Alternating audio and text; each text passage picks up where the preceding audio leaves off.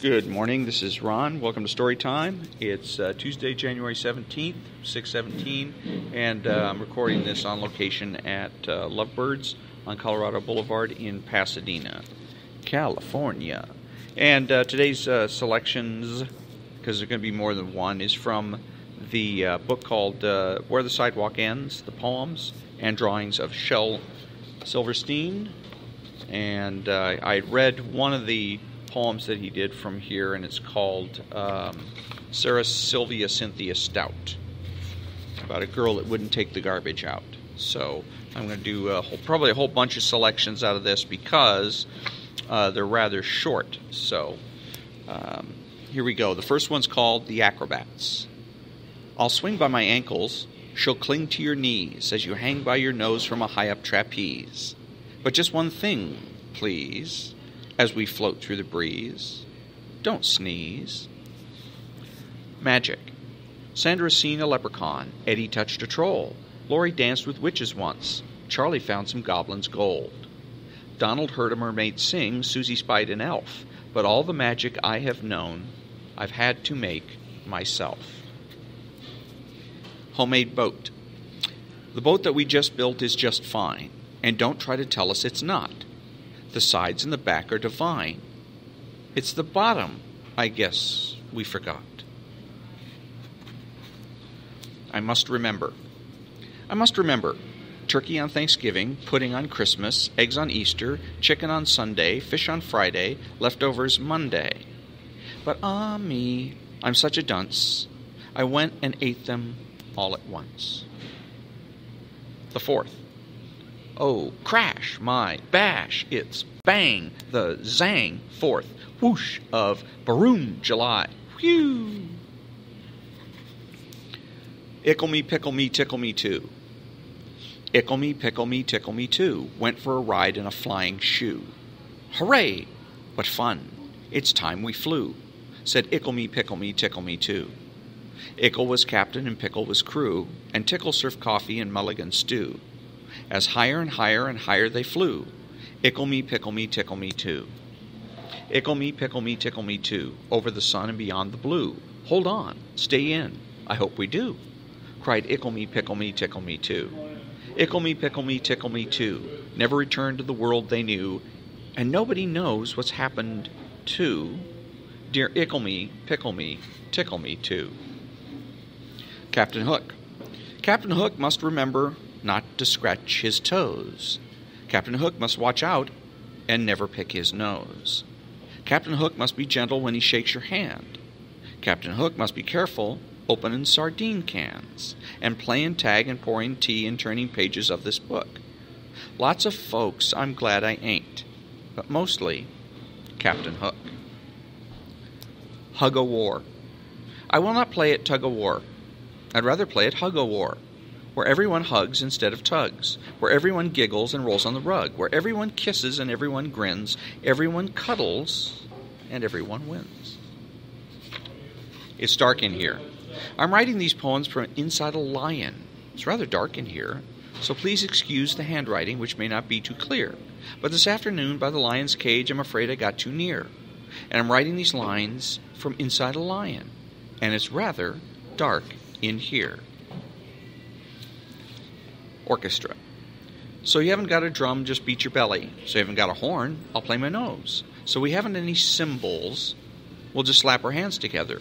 And though there may be orchestras that sound a little better with their fancy shining instruments that cost an awful lot, hey, we're making music twice as good by playing what we got.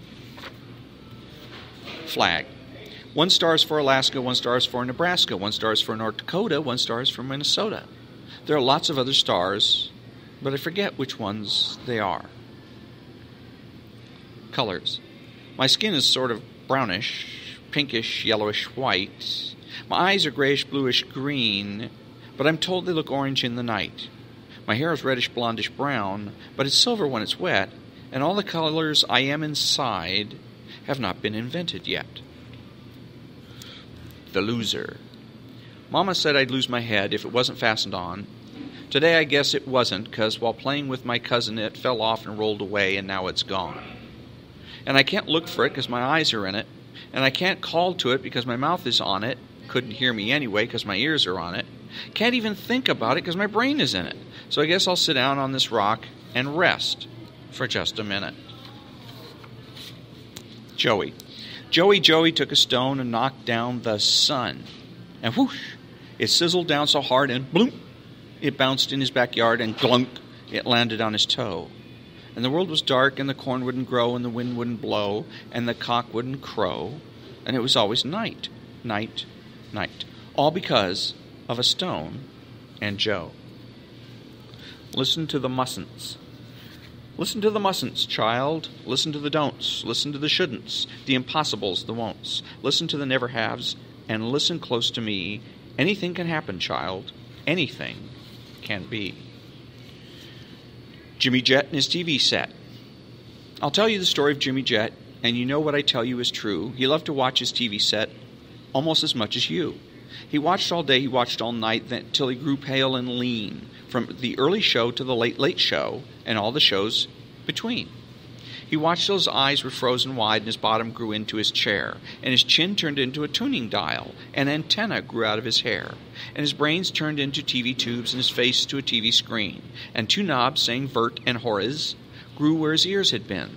And so he grew a plug that looked like a tail, so he plugged in Little Jim. And now instead of watching TV, we all sit around and watch him. Early bird. Oh, if you're a bird, be an early bird and catch the worm for your breakfast plate. If you're a bird, be an early bird. But if you're a worm, sleep late. Sky seasoning. A piece of sky broke off and fell through the crack in the ceiling right into my soup. Kerplop. I really must state that I usually hate lentil soup, but I ate every drop. Delicious, delicious. A bit like plaster. But so delicious, goodness sake, I could have eaten a lentil soup lake. It's amazing the difference a bit of sky can make. The Farmer and the Queen. She's coming, the farmer said to the owl. Oh, what shall I do? Shall I bow when she comes? Shall I twiddle my thumbs? The owl asked, who? The queen, the royal queen, shall pass the farm today. Shall I salute? He asked the horse. The horse said, nay. Shall I give her a gift? He asked the wren, a lovely memento for her to keep. An egg or a peach or an ear of corn. The wren said, cheap. But should I curtsy or should I cheer? Oh, here's her carriage now. What should I do? He asked the dog. The dog said, bow. And so he did, and so she passed. Oh, tra-la-la-la-la. She smiled, she did, she told the sheep. The sheep said, bah. Pancake. Who wants a pancake? Sweet and piping hot. Good little Grace looks up and says, I'll take the one on top. Who else wants a pancake, fresh off the griddle? Terrible Teresa smiles and says, I'll take the one in the middle. Smart. My dad gives me a $1 bill because I'm his smartest son, and I swapped it for 2 shiny quarters because 2 is more than 1. Then I took the quarters and traded them to Lou for 3 dimes. I guess he don't know that 3 is more than 2. Just then, along came old Blind Bates, and just 'cause he can't see, he gave me 4 nickels for my 3 dimes, and 4 is more than 3. And I took the nickels to Hiram Coombs down at the feed seed store, and the fool gave me 5 pennies for them, and 5 is more than 4. And when I went and showed my dad, he got red in the cheeks and closed his eyes and shook his head. Too proud of me to speak. Us. Me and him and me. We're always together, as you can see. I wish he'd leave so I'd be free. I'm getting a little bit tired of he. And he may be a bit bored with me. On movies and ladies we cannot agree. I like to dance. He loves to ski. He likes the mountains. I love the sea. I like hot chocolate. He wants his tea. I want to sleep. He has to pee. He's meaner and duller and fatter than me. But I guess there's worse things we could be. Instead of 2, we could be 3. Me and him and me. Let's see. Me and my giant. I have a friend who is a giant, and he lives where the tall weeds grow, as high as a mountain and wide as a barn, and I only come up to his toe, you know. I only come up to his toe. When the daylight grows dim, I talk with him way down in the marshy sands. And his ear is too far away to hear, but still he understands. He stands. I know he understands. For we have a code called the scratch tap code. And here is what we do. I scratch his toe. Once means hello.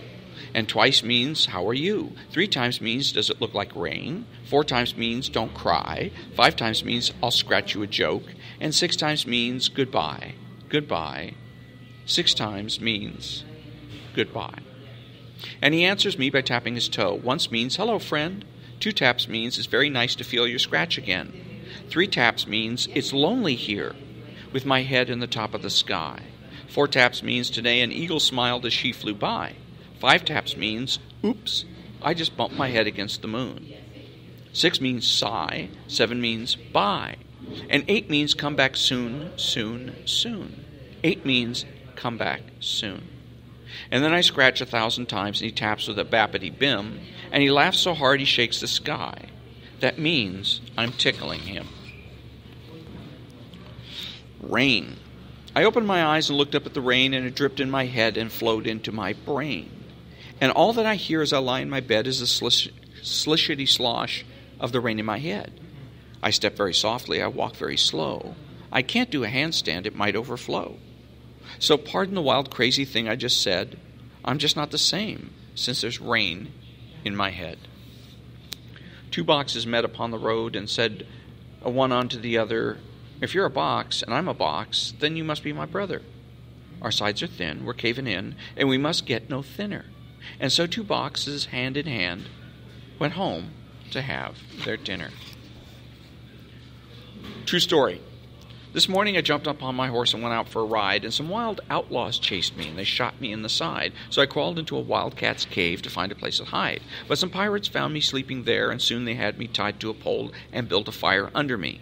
I almost cried, till a mermaid came out and cut me loose and begged to be my bride. So I said I'd come back Wednesday, but I must admit I lied. Then I ran into a jungle swamp, but I forgot my guide, and I stepped into some quicksand. And no matter how I tried, I couldn't get out, until I met a water snake named Clyde, who pulled me to some cannibals who planned to have me fried. But an eagle came and swooped me up, and through the air we flied. But he dropped me in a boiling lake 1,000 miles wide. And you'll never guess what I did then. I died.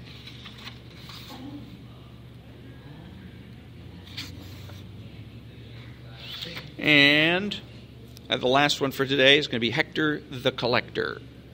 Hector the Collector collected bits of string, collected dolls with broken heads and rusty bells that would not ring.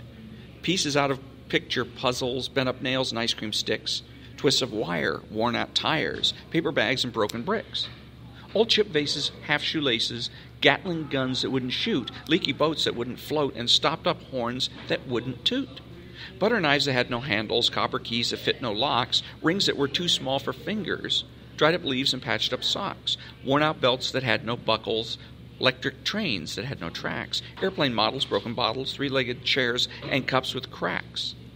Hector the Collector loved these things with all his soul, loved them more than shining diamonds, loved them more than glistening gold. Hector called to all the people, "Come and share my treasure trunk." And all the silly, sightless people came and looked and called it junk. And that was a collection of poems from Shel Silverstein in his book called Where the Sidewalk Ends. And again, I like Shel Silverstein because, I don't know, it's kind of a nostalgic thing. I used to listen to